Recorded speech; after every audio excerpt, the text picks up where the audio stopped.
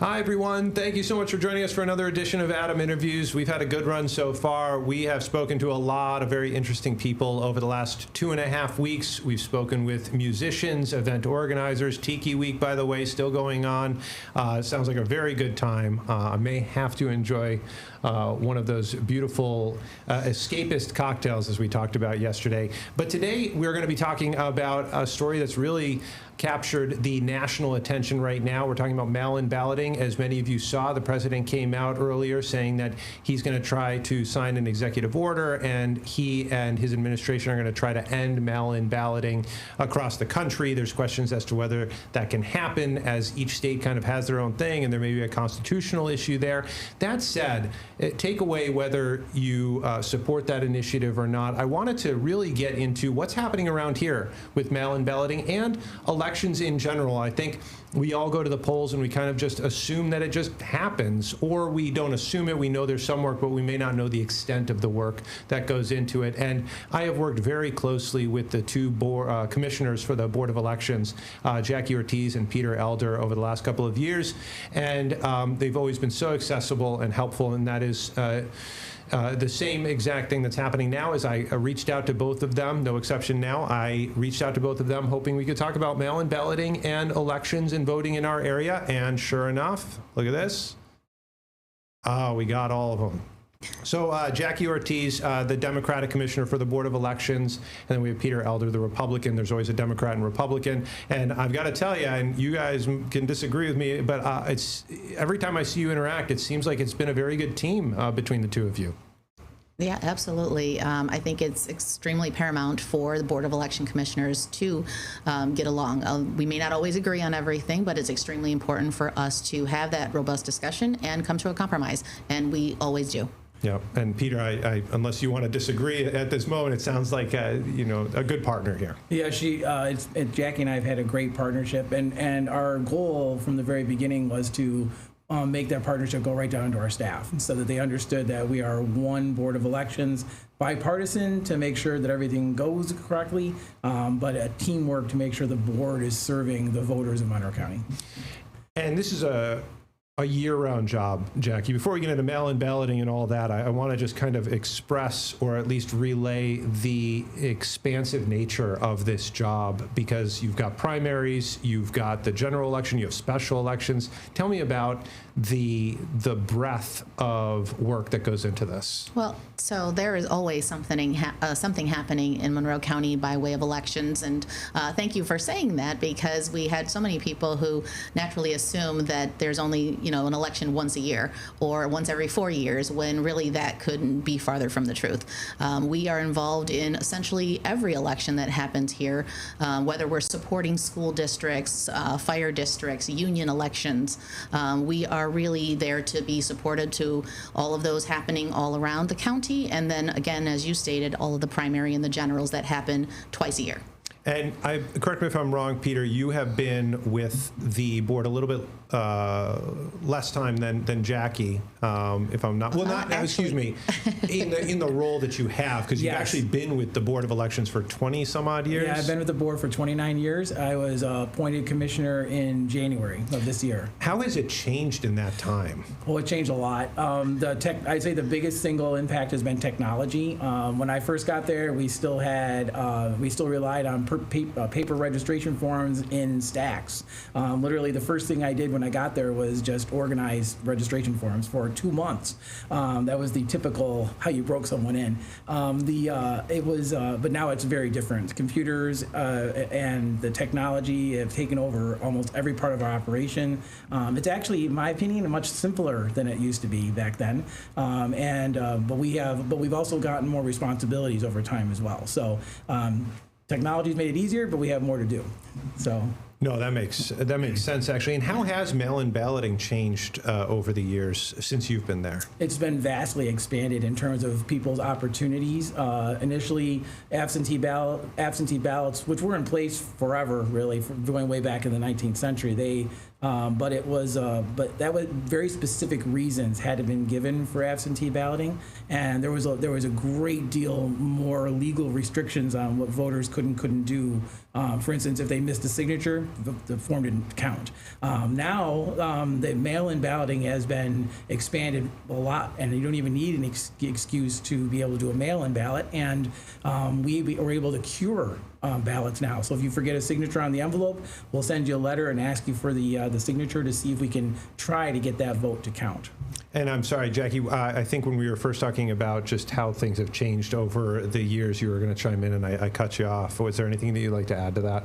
Oh, no, I think Peter's definitely got some great experience when it comes to that. I think overall, some of those recent changes that Peter was talking about all had really transpired over the last 4 years or so. So many of those updates and opportunities for access have really happened ferociously, I would say, over the last couple of years. And really, again, that opportunity has increased, as well as the that cure opportunity, which has been huge for many people, right? You know, you want to make sure that you participate. You've given this opportunity, but if you forgot to do something, essentially, you pretty much lost out. And so these opportunities do give you that ability to correct, if you will. So I think those have all been very helpful for people. And while I still have you, if someone wants to vote using mail-in, what's the process right now? So there are a couple of different ways that you can go about this. You certainly can fill out the paper applications that are available on our website. You would fill those out, sign them, and send them in, and we will do our bipartisan evaluation. And you also have the opportunity to do them online through the state portals that are provided, and you can fill it out, and we will receive it electronically in that particular format. And Peter, my memories, correct me if it's wrong in this case, it really took off during the pandemic as well. It did. It was COVID that really pushed it forward. I think the state found that they could experiment a little bit more that year, having expanded some of the opportunities and accessibility for people. They kept going. So, which is another ballot that we have is an accessible ballot, which is for voters with disabilities. That's come into its own fruition as well over the last 3 years. So.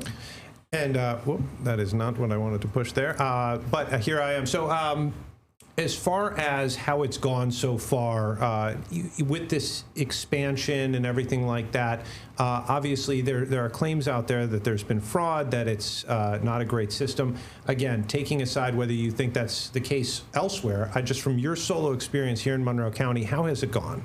It's gone very well. We have a very secure system in Monroe County. I think that really the bipartisan Board of Elections model is what really guarantees or helps guarantee that there's security in these ballots. I will tell you that there have been instances where people have actually challenged us and see whether or not the security is there. We had a case not long ago, maybe 3 or 4 years ago, where there was if these people tried to test us and whether or not we would actually look, we look. We match signatures. We're going to continue to do that as a bipartisan team. When the bipartisan team and one of them disagrees that the signature is not the signature that's supposed to be on the envelope, that the voter will get a letter telling them that. So we're very stringent here about looking at every single piece of paper that comes through to make sure that both Democrats and Republican staff members or the commissioners have looked at that. So our function here is to guarantee the security of your ballot and everyone else's ballot in Monroe County. Has that been your experience, Jackie? Absolutely. I think that if people only knew, and so thank you again for allowing us on this platform to be able to share with the voters of Monroe County, that there is a tremendous amount of work and effort and safeguards that go into this process, right? So you don't just request and then all of a sudden get, right? There are a lot of steps in between that are required of us for, election law, and we follow the law. And it is extremely important that with that bipartisan structure, that as these forms are coming in, everything is done twice. Right? So everything from processing the application, from sending out the ballot itself, when it's received, it's reviewed again in terms of the oath envelope and the signature on that particular part of the package, if you will. And as it goes through the process, everything, again, is done twice. So it's extremely important that people do understand there are several steps involved in all of this prior to the counting and tabulations. And also, we're open to the public. So if people want to come in, if they would like to view some of these opportunities, we provide an annual notice for each election. with a number of the tests and activities that we are scheduled for, and people are welcome to come and view and ask questions as we move along. Yeah, I think I was there last year as you were doing a recount, and there were people actually viewing. Not many, but they're there. They always come out. Absolutely. Yeah. We obviously, mainly candidates and That's right. party chairs and the like, if you will. But we are open to the public, so we certainly encourage if anyone does have questions, please make sure that you are seeking out official sources. Whether it's the Board of Elections, the State Board, coming to speak to us live or giving us a call, we highly encourage seek out official sources as you are trying to answer some of the questions or concerns that you have. Very good. And Peter, you had noted when you walked into the building and saw the history here that you're a history buff. And by no means do I mean to suggest that elections have never been controversial, because even going back to the founding days, how people cast, who could cast, it's always been political. It's always been a hot button up until, though when I kind of came of age in the 90s, it was not that. I mean, you had the hanging Chad and all that stuff in Florida, but for the most part, if you were a Board of Elections commissioner or even just an elections worker, it didn't get more civil service than that. Like, it was kind of just run of the mill, and it's gotten heated over the last 8 to 12 years. What has that been like for you? It's really resulted in us at the Board of Elections having a lot more interaction with changing technologies. That's probably been, again, the biggest thing we've seen. I mean, if you went into a voting site in 1930, you would have voted on the same voting machine that someone voted on in 1985. So the fundamentals of that technology were the same. There were some minor differences, like they introduced affidavit ballots in like the late 70s, but basically the technology was pretty much the same. But now we look at changing election equipment about every 10 to 15 years, in addition to upgrades, which, as you're aware of looking at your beautiful studio, everything upgrades. And so we have we're constantly getting upgrades. We're constantly doing new equipment. Jackie was a proponent and a strong proponent of the language access devices we now have at every one of our polling sites. Those themselves are great because they allow people to interact with us if they're not as able to speak the English language, but those themselves get updates. In fact, they're going to be getting an update very soon. Our poll pads that we use to check in voters, those are updated. For 100 years, you came in and signed in a poll book. Now you sign in a poll pad. And so the technology has been a huge change over time. And as far as the criticism, though, some of the heat, I guess, that's been put on elections offices, has that changed for you? Has that been difficult to handle? Has it even happened here? I know that Arizona, it's been a big deal, but have you felt any of that? Not really. I mean, candidates that lose don't like losing, so you also oftentimes will hear that. You can hear Jackie's giggling right there. But no, I think the heat has not been not that huge. I do remember elections when I first started that were, presidential years where the voters would call in, they'd be upset and angry in 1996 or in 2000. So I think that the tenor, people tend to look at the last election or the current circumstances being like the worst or the thing they compare it to, but I kind of see it as a continuum, and there's always been complaints around these elections, again, especially if you're the losing side. Yeah, there's never been that kumbaya time. Yeah, it's hard to lose an election. Yeah, I understand. And Jackie, you were laughing. It sounds like this has been an interesting experience for you. It certainly has. And I would say that, again, this is where the process becomes extremely important in regards to the steps, in regards to the transparency, because although no one likes to lose, right? No one does. When you are open and transparent regarding the process, the steps, you invite people in and they have the opportunity to view, they have the opportunity to ask questions. Whether you like the outcome or not, you accept it and you have that opportunity for understanding. And so we had a village election not too long ago where unfortunately the one candidate lost by one vote.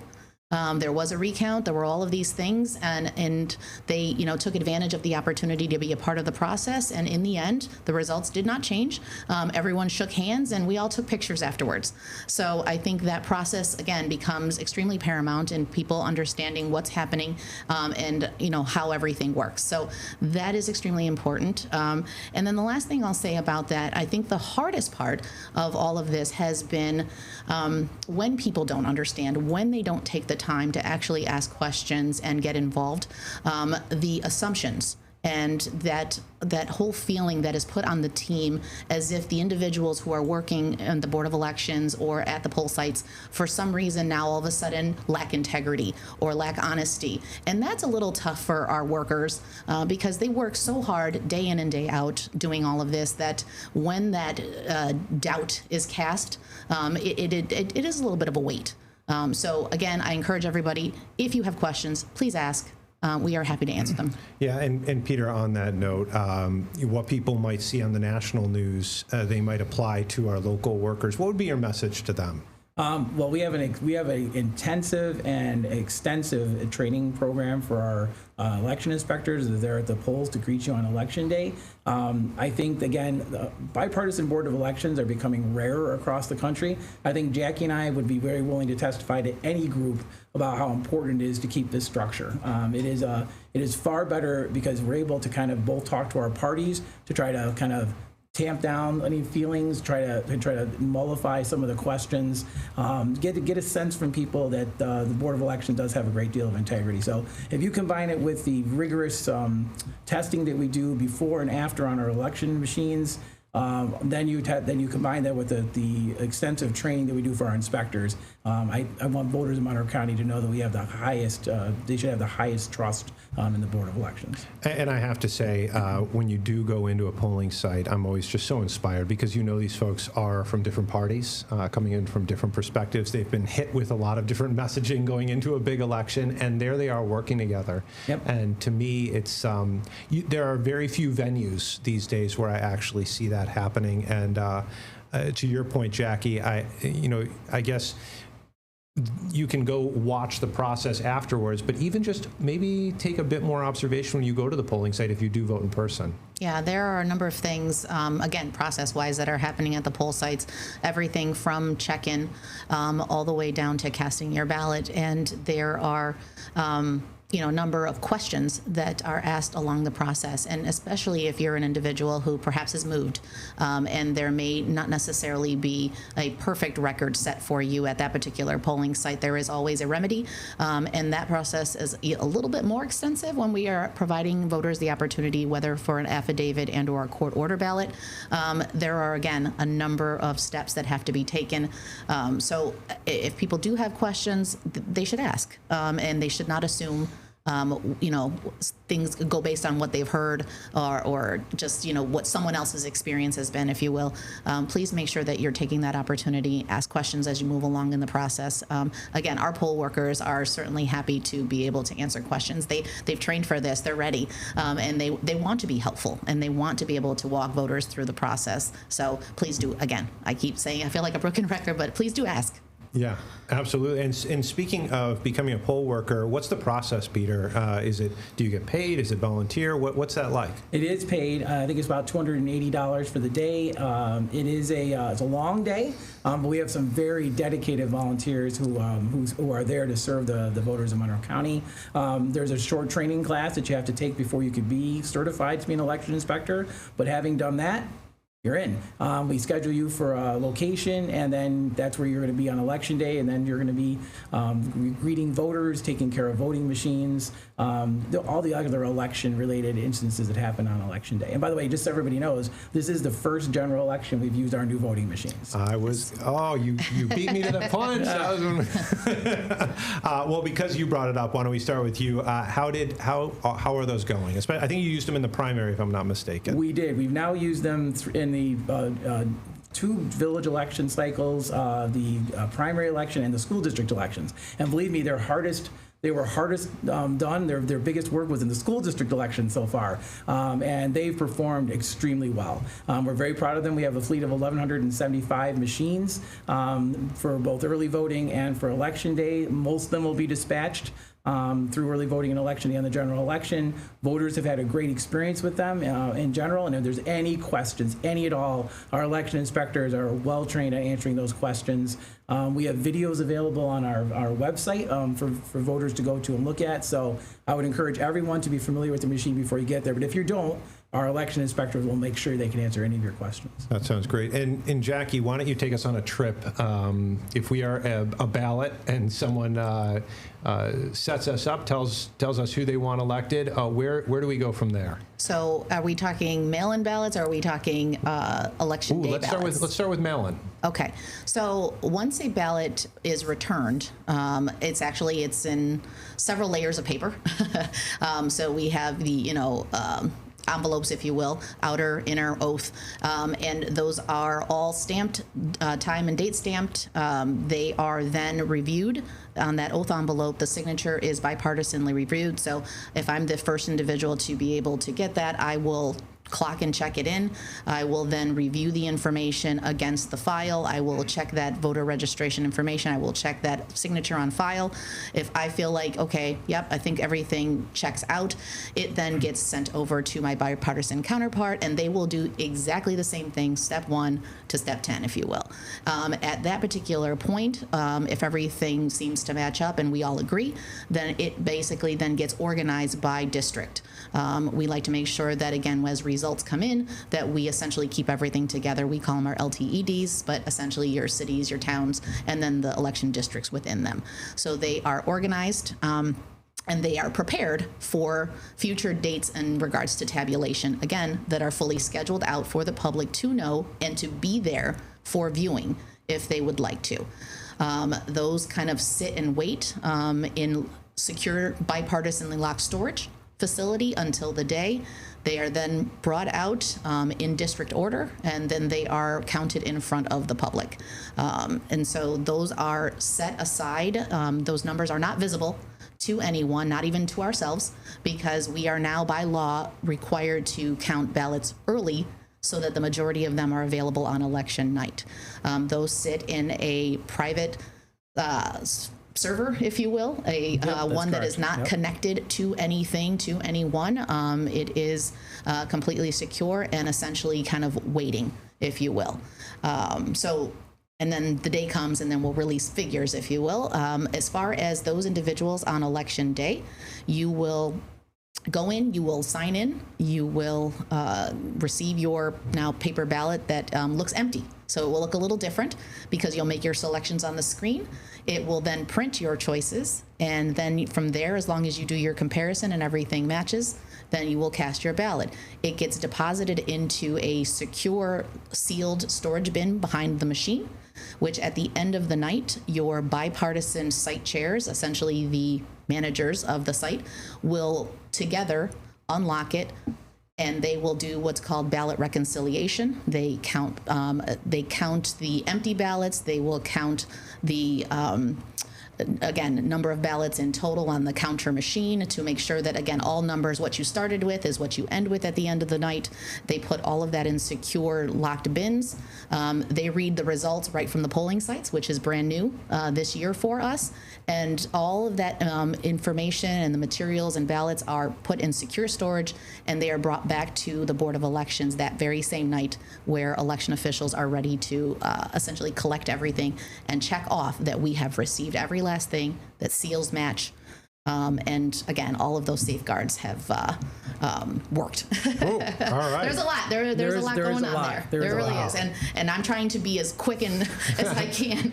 I mean, again, this is why I brought you both in. I mean, this is, people should know this. You can make whatever conclusion you want to make out there about the security and where things are. It's just from my experience, and there was stuff in there that I didn't even know, just how many steps and safeguards there are locally, at least. I have no idea what it looks like outside of Monroe County or the Finger Lakes region. But Peter, anything that you want to add when it comes to the difference between what Jackie said and those when you vote in the poll, actually a polling site? No, not much. I mean, we really just stressed that chain of custody that Jackie was kind of alluding to there. Everything we do always involves a bipartisan team. Everything is sealed, so we track the seals so we know that nothing has been tampered with, and it comes back that night. And so far, this process has been outstanding. And Jackie was also talking a little bit about the fact that this year we've instituted our the direct read of results from the polling site at night. So we used to have the results kind of going back and forth to different sites to try to read them. What we've decided to do is, again, because of the technology, we can do it now. We're reading the election results directly from each site, and that's a huge thing. It should result in us getting faster, better, and even more secure election results on election night. That is remarkable. And then we didn't even get into the system that takes place if there's a recount or anything like that. It's quite the setup. And as far as the staff that you have, what has that experience been like for you? I know Peter was kind of part of that staff, but when you came in, what was that like to kind of discover the organizational structure? Jackie. We are, again, as Peter mentioned, we are organized in a bipartisan structure. So half the team is Democrat, half the team are Republicans.